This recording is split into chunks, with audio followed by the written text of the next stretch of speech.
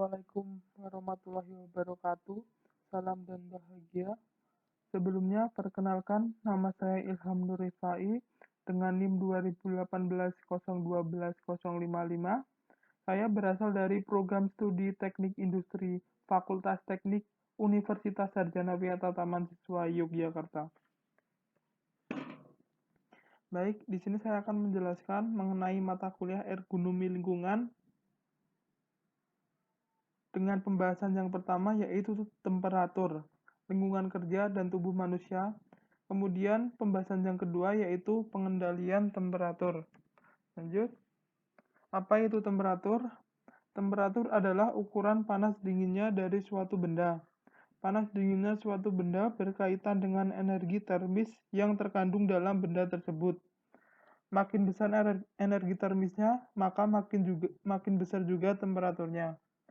Di sini satuan temperatur biasanya menggunakan derajat Celcius atau derajat Fahrenheit. Lanjut. Lingkungan kerja fisik. Lingkungan kerja fisik yaitu seluruh kondisi berupa bentuk fisik yang berada di dekat tempat kerja yang dapat menjadi pengaruh pegawai atau pekerja baik secara langsung maupun tidak langsung. Lingkungan kerja fisik ini dapat dibedakan menjadi dua kategori, yakni lingkungan kerja langsung dan lingkungan kerja perantara atau umum. Baik, next. Di sini saya akan menjelaskan dua jenis lingkungan kerja fisik, yaitu yang pertama, lingkungan kerja langsung. Lingkungan kerja langsung ini berhubungan dengan karyawan, misalnya pusat kerja, meja, kursi, dan lain sebagainya. Jenis lingkungan kerja fisik yang kedua yaitu lingkungan kerja perantara atau umum. Lingkungan kerja perantara atau umum ini disebut juga dengan lingkungan kerja yang mempengaruhi kondisi manusia, antara lain misalnya temperatur, kelembapan, sirkulasi udara, pencahayaan, kebisingan, getaran mekanik, bau tidak sedap, warna, dan lain sebagainya. Temperatur pada tempat kerja. Dalam keadaan normal, tiap anggota tubuh manusia mempunyai temperatur berbeda. Tubuh manusia selalu berusaha untuk mempertahankan keadaan normalnya dengan suatu sistem tubuh yang sempurna sehingga dapat menyesuaikan diri dengan perubahan yang terjadi di luar tubuh. Tetapi, kemampuan untuk menyesuaikan diri tersebut ada batasnya, yaitu bahwa tubuh manusia masih dapat menyesuaikan dirinya dengan temperatur luar jika perubahannya temperatur luar tubuh tidak lebih dari 20% untuk kondisi panas dan 35% untuk kondisi dingin dari keadaan normal tubuh. Menurut hasil penelitian, untuk berbagai tingkat temperatur akan memberi pengaruh yang berbeda. Keadaan tersebut tidak mutlak berlaku bagi setiap pekerja karena kemampuan beradaptasi tiap pekerja berbeda. Tergantung di daerah mana bagaimana pekerja dapat beradaptasi. Baik. Suhu yang nyaman untuk bekerja. Suhu atau temperatur yang nyaman untuk pekerja saat melakukan pekerjaan yaitu antara 24 derajat Celcius sampai dengan 26 derajat Celcius. Jika suhu atau temperatur melebihi batas kenyamanan lebih dari 26 derajat Celcius atau kurang dari 24 derajat Celcius, maka pekerja akan menimbulkan berbagai masalah atau hambatan. Seperti saya berikan contoh yang pertama yaitu suhu yang lebih dingin mengurangi efisiensi kerja dengan keluhan kaku atau kurangnya koordinasi otot. Dan suhu panas sendiri akan berakibat menurunkan prestasi kerja berpikir. Yang kedua yaitu suhu panas mengurangi kelincahan dalam pekerjaan. Yang ketiga, memperpanjang waktu reaksi dan memperlambat waktu pengambilan keputusan. Yang keempat, mengganggu kecermatan kinerja otak. Yang kelima, mengganggu koordinasi saraf rasa motoris. Dan faktor yang terakhir yaitu memudahkan emosi untuk dirangsang. Maka dari itu, bekerja pada lingkungan kerja yang tinggi dapat membahayakan bagi keselamatan dan kesehatan para pekerja, sehingga perlu upaya penyesuaian waktu kerja dan penyelenggaraan perlindungan yang tepat. Baik, saya lanjutkan untuk pembahasan yang kedua mengenai pengendalian temperatur, tekanan panas, resiko, dan faktornya. Baik, tekanan panas pada lingkungan kerja. Di sini ada 3 faktor utama terjadinya tekanan panas pada lingkungan kerja. Yang pertama yaitu iklim kerja setempat. Keadaan udara di tempat kerja ditentukan oleh faktor-faktor keadaan antara lain suhu udara, penerangan, kecepatan gerakan udara, dan lain sebagainya. Di sini saya akan memberikan contoh bila mana seorang pegawai sebuah pabrik yang berada di kutub utara sangat memiliki beban resiko yang lebih besar terhadap pekerjaannya, karena di sana memiliki suhu udara yang tidak begitu nyaman atau lebih dingin untuk melakukan suatu pekerjaan.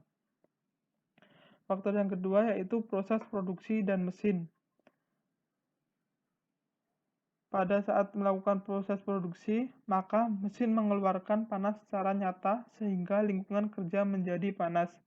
Di sini saya akan memberikan contoh bila mana seorang buruh pabrik bekerja di samping sebuah mesin produksi yang mengeluarkan suhu panas, maka suhu lingkungan pekerja di tersebut atau suhu sekitar lingkungan pekerja mengalami kenaikan dan membuat pekerja tersebut kurang nyaman dengan pekerjaannya dan dapat mengakibatkan kecelakaan dalam kerja. Terus faktor yang terakhir yaitu kerja otot. Tenaga kerja dalam melakukan pekerjaan memerlukan energi yang diperlukan dalam proses oksidasi untuk menghasilkan energi berupa panas. Lanjut. Baik, resiko pekerjaan mengalami tekanan temperatur. Di sini saya akan menjelaskan beberapa resiko pekerja mengalami tekanan temperatur saat melakukan sebuah pekerjaan. Resiko yang pertama yaitu heat rash. Heat rash merupakan gejala awal dari yang berpotensi menimbulkan penyakit akibat tekanan panas. Penyakit ini berkaitan dengan panas, kondisi lembab, di mana keringat tidak mampu menguap dari kulit dan pakaian. Penyakit ini mungkin terjadi pada sebagian kecil area kulit atau bagian tubuh. Resiko yang kedua yaitu heat stroke. Heat stroke adalah gangguan induksi panas yang lebih serius. Ciri dari gangguan ini adalah pening dan dapat mengakibatkan pingsan akibat berada dalam lingkungan panas pada waktu yang cukup lama. Resiko yang ketiga yaitu head cramp. Head cramp merupakan penyakit yang menimbulkan gejala seperti rasa nyeri dan kejang pada kaki, tangan, dan abdomen banyak mengeluarkan keringat. Hal ini disebabkan karena ketidakseimbangan cairan dan garam selama melakukan kerja fisik yang berat di lingkungan yang panas. Baik, resiko yang keempat yaitu heat exhaustion. Merupakan penyakit yang diakibatkan oleh berkurangnya cairan tubuh atau volume darah. Kondisi ini terjadi jika jumlah air yang dikeluarkan seperti keringat berlebih dari air yang diminum selama terkena panas. Gejalanya adalah keringat yang sangat banyak, kulit pucat, lemah, pening, mual, pernapasan pendek dan cepat, pusing, dan pingsan.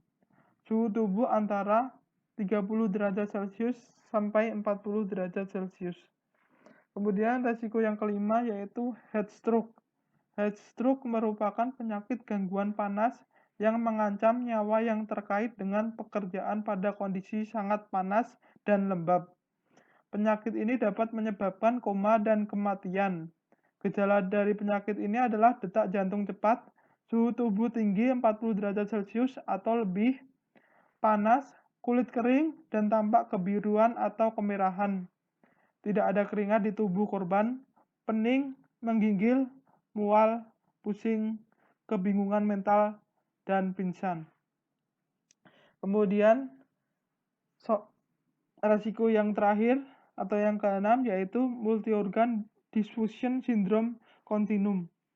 merupakan rangkaian sindrom atau gangguan yang terjadi pada lebih dari satu atau sebagian anggota tubuh akibat heat stroke, trauma, dan lain sebagainya. Nah, pengendalian dan pengaturan temperatur. Menurut Haryanto tahun 2010, terdapat 2 cara pengendalian tekanan panas di tempat kerja, yaitu yang pertama pengendalian teknik, kemudian yang kedua pengendalian administratif.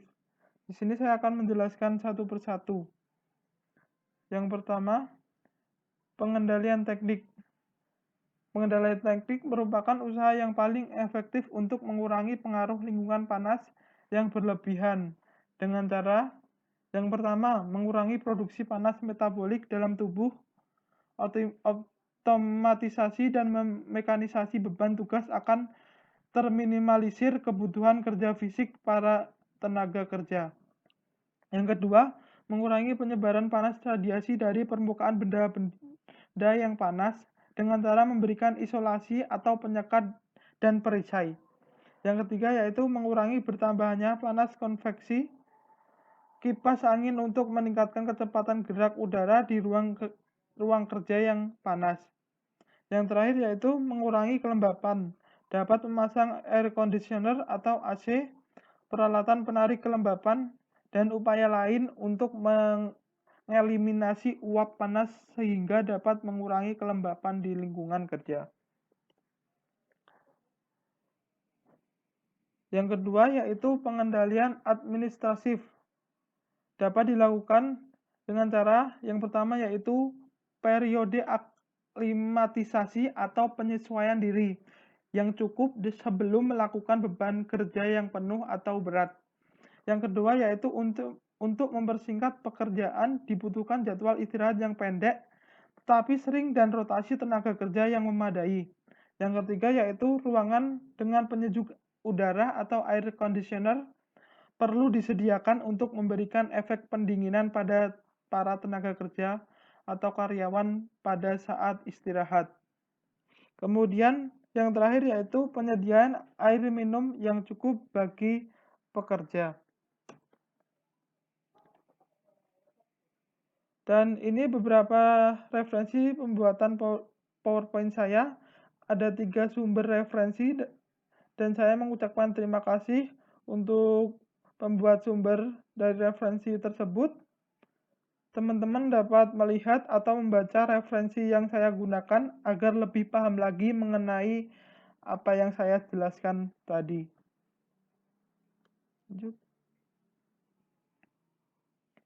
Dan saya mengucapkan banyak terima kasih untuk teman-teman yang sudah menonton video saya ini.